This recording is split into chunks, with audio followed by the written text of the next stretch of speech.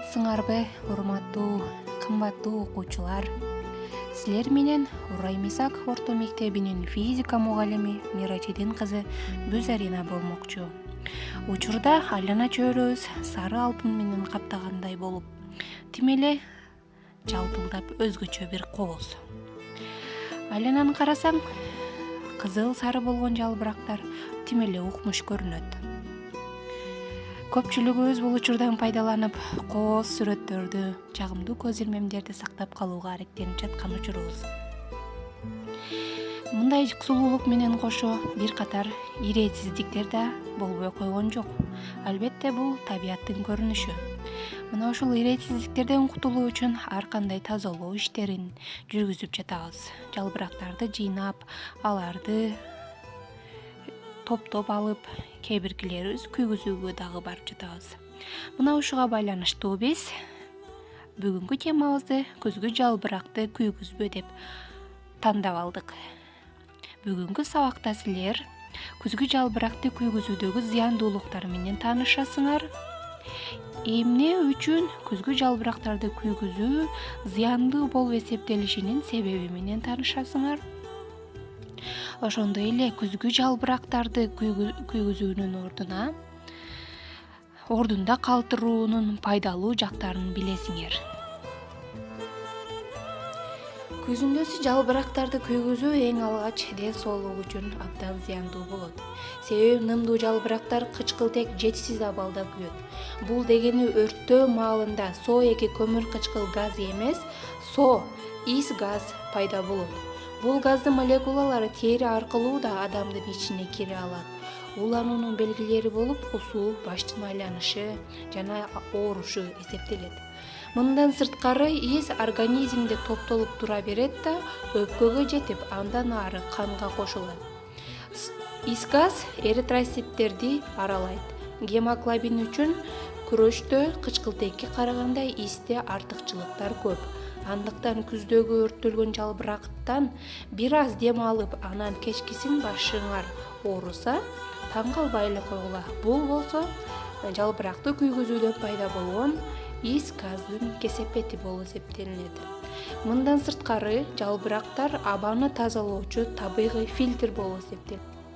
Азыркы учурдагы жалбырактарда болсо уулуу заттар абдан көп. Абадагы зыяндуу заттардын баарын өзүнө сиңирген жалбырактарды өрттөө менен бирге биз андагы уунун баарын кайрадан абага чыгарабыз.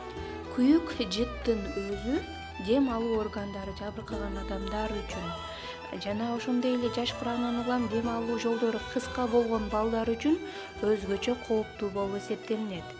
Эгер жалбырак арасында желим буюмдар боло турган болсо, анда өрттөөнүн зыяндуулугу ого бетер күчөйт. Жалбырактарды күйгүзүү ден соолугубуз үчүн эле зыян келтирип калбастан, дарактарды азыктандыруу чөйрөсүнөн да ажыратат. Себеби жалбырактар топуракка кошулушу керек болгон азыктандыруучу зат. Жазында дарактар бүчүр байлаган убакта топурактан ошол керектүү заттарды сооруп ала баштайт. Күзүндө алар үйүнө кайтышы керек болот. Анткени жаз алды менен бул биологиялык цикл ууланат. Адамдар эмне кылып жатышат? Алар даракты ушундай заттан куруу калтырууда. Жыйынтыгында топурак сапатын жоготуп, кумга айланат. Бул өз кезегинде шаардын чаңга оролушун күчөтөт. Акыр аягы шаардыктардын ошондой эле айылдыктардын да саламаттыгына таасирин тийгизет. Эгер ушул күздө жалбырактарды дарак алдында калтырсак, 2-3 жылда экологиялык баланс калыбына келет. Жалбырактарды өрттөөнүн дагы бир зыяндуу жагы топурактарга тиет. Адатта жалбырактарды асфальтта эмес, топтолгон жеринде өрттөшөт. Жыйынтыгында топурактын үстүңкү катмары күйөт. Жалыр эң керектүү микроорганизмдерди жок кылат. Топуракта тирүү экосистема эмес, өлүк чөйрө калыптанат. Өрт коюлган жерде көп убакыт бою эч нерсе өспөйт.